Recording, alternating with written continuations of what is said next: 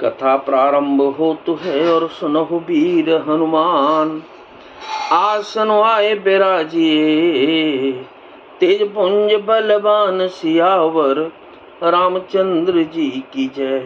पवन सुत हनुमान जी की जय।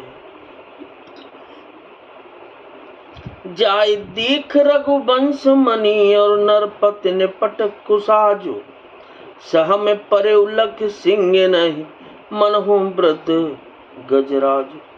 रघुवंश मणि श्री रामचंद्र ने जाकर देखा कि राजा अत्यंत ही बुरी हालत में पड़े हैं। मानो सिंगनी को देखकर कोई बूढ़ा गजराज सहम कर गिर पड़ा हो। सुकहीं अधर जरहि सब अंगु मनो दीन मन ही न भुवंगु।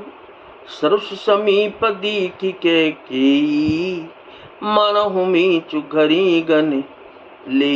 राजा के ओठ सूख रहे हैं और सारा शरीर जल रहा है, मानो मणि के बिना सांप दुखी हो रहा हो।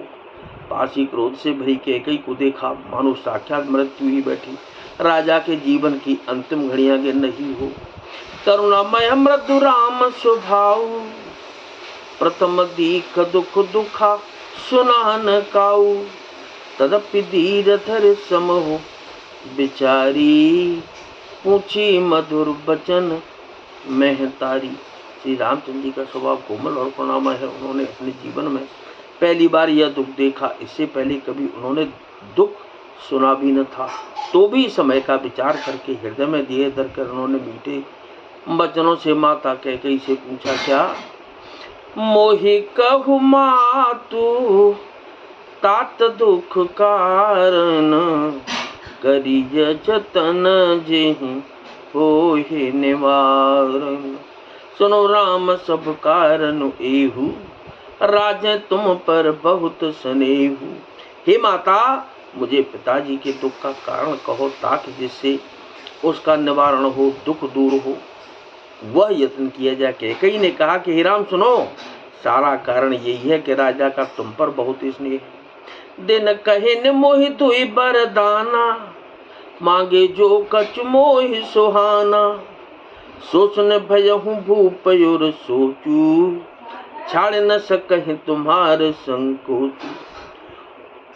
इन्होंने मुझे 2 वरदान देने को कहा था। मुझे जो कुछ अच्छा लगा वही मैंने मांगा।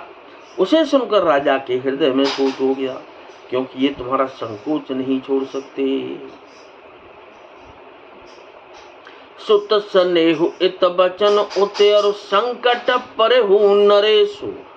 सकहु त आय सुधरहु सिर मेटहु कठिन कलेश सियावर रामचंद्र जी की जय। पवन सुत हनुमान जी की जय। इधर तो पुत्र का स्नेह है और उधर वचन प्रतिज्ञा।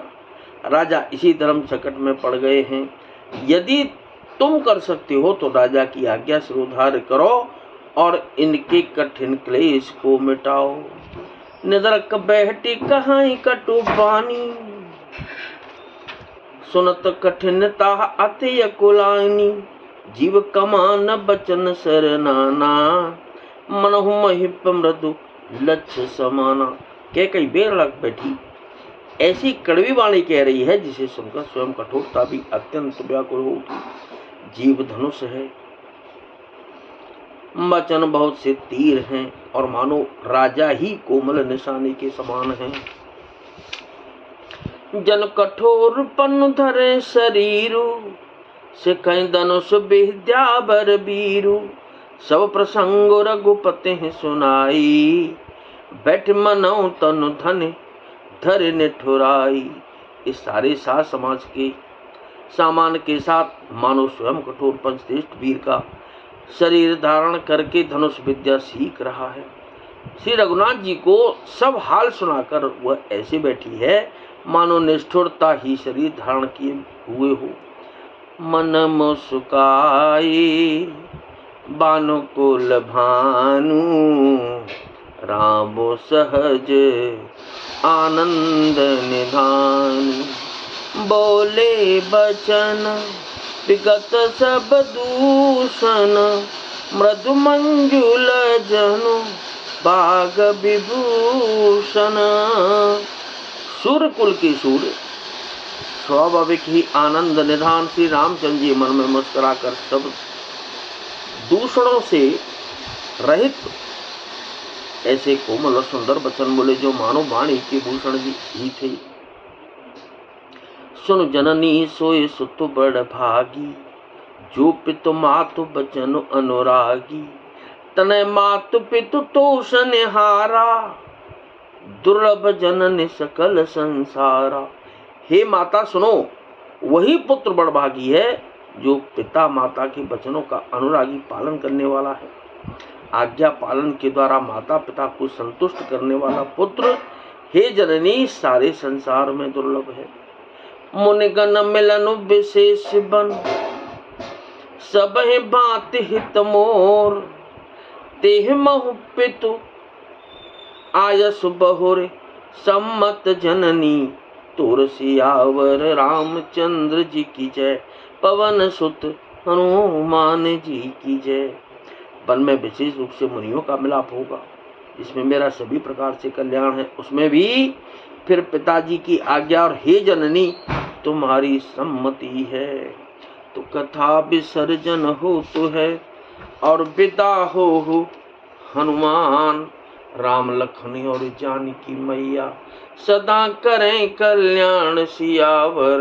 रामचंद्र जी की जय, पवन सुत हनुमान जी की जय।